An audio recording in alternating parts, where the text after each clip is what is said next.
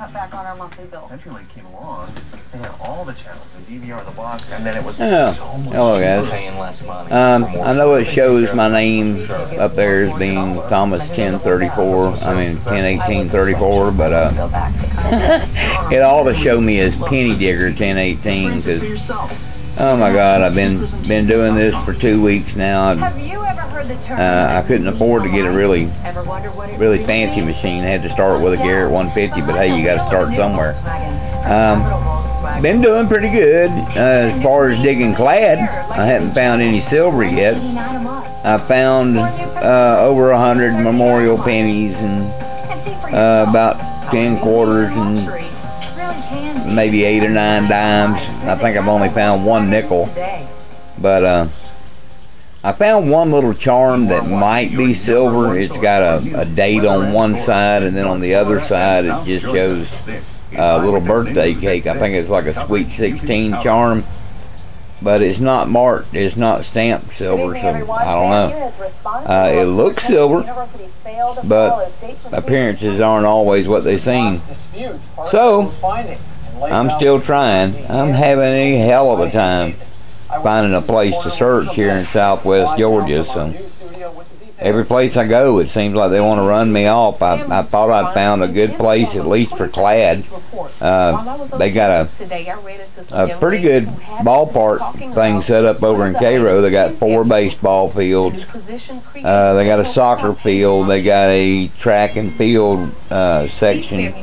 And then they got another section where, from what I understand, some girls play softball. And the baseball fields, all the grandstands and everything are set up on concrete. Well, not much of a place to hunt. The concession stands in there too, but out where the girls play softball, they're on dirt.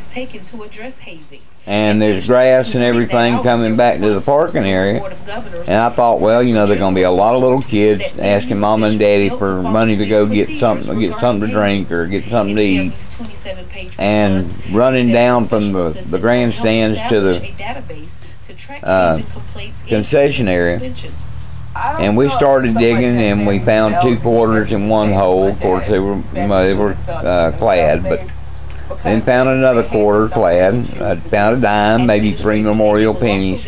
Turned around and started to come back the other way, and here comes the Grady County guy to tell us that we can't do that on their field. That he came up with like 3 or 4 different reasons why we wouldn't be allowed to do it. It's a public park. I don't know. I don't know why they won't let us do it. I mean, I'm digging the plugs real neat, flipping them over, finding what I need, flipping them back. I'm not leaving a mess, and after the first brain or two, you won't be able to see where I am. But he insisted that by flipping the plug up, it was going to turn brown. They were having trouble getting the grass to grow. Where I was digging, the grass was green. There wasn't anything wrong with it, and he was standing there looking at the plug like, "Oh, y'all aren't doing anything wrong. I don't know why they want me to tell you to leave, but I got to do my job." So I don't blame him, but whoever the asshole was that told him to run me off,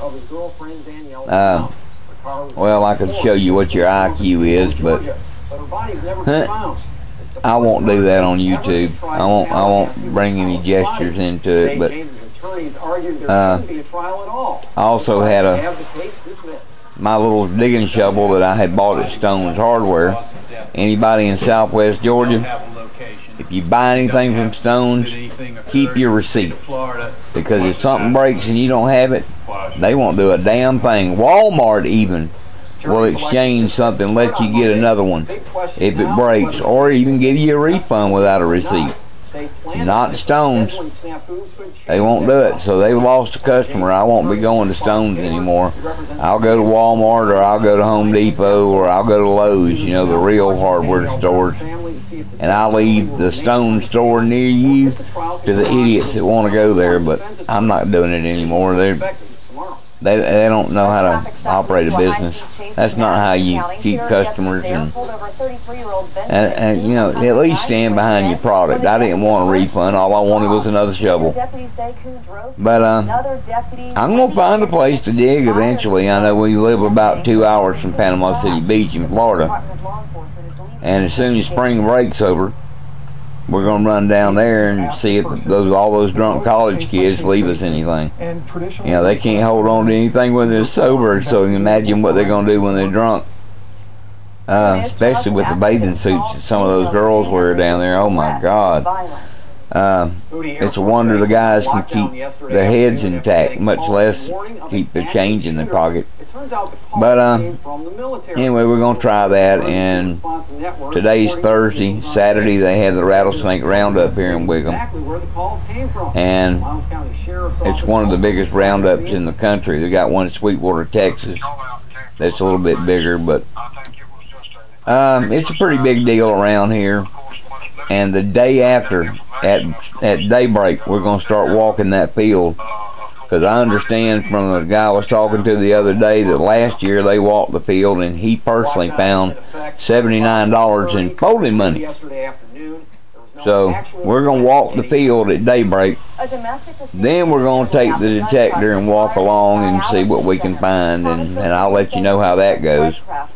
But we ought to be able to find a little bit of change, probably some car keys, maybe a little bit of jewelry, who knows. You know, there's no telling what we'll find, but I'll update you as how that goes, and then when spring break comes along, I'll let you know how that goes.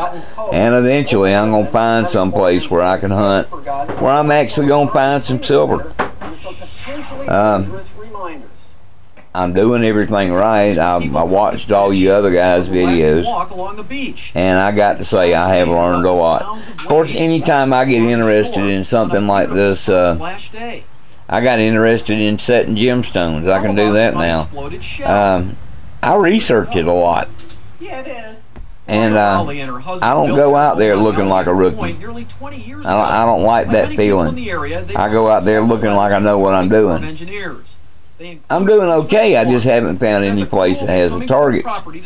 Now, yes, I did start with an Ace 150 Garrett. But like I said, I'm disabled. I'm on disability. I couldn't afford an expensive machine. Maybe one day if I find a ring or two, I can afford one. But until then, buying a almost $200 machine that's a big investment for me, because I don't get that much money a month. But my doctor wanted me to do something for exercise. He said, find something you can do. You need to exercise. He said, if nothing else, get out and walk. I said, Doc, I can barely do that. And I can't go for but maybe an hour or two at a time.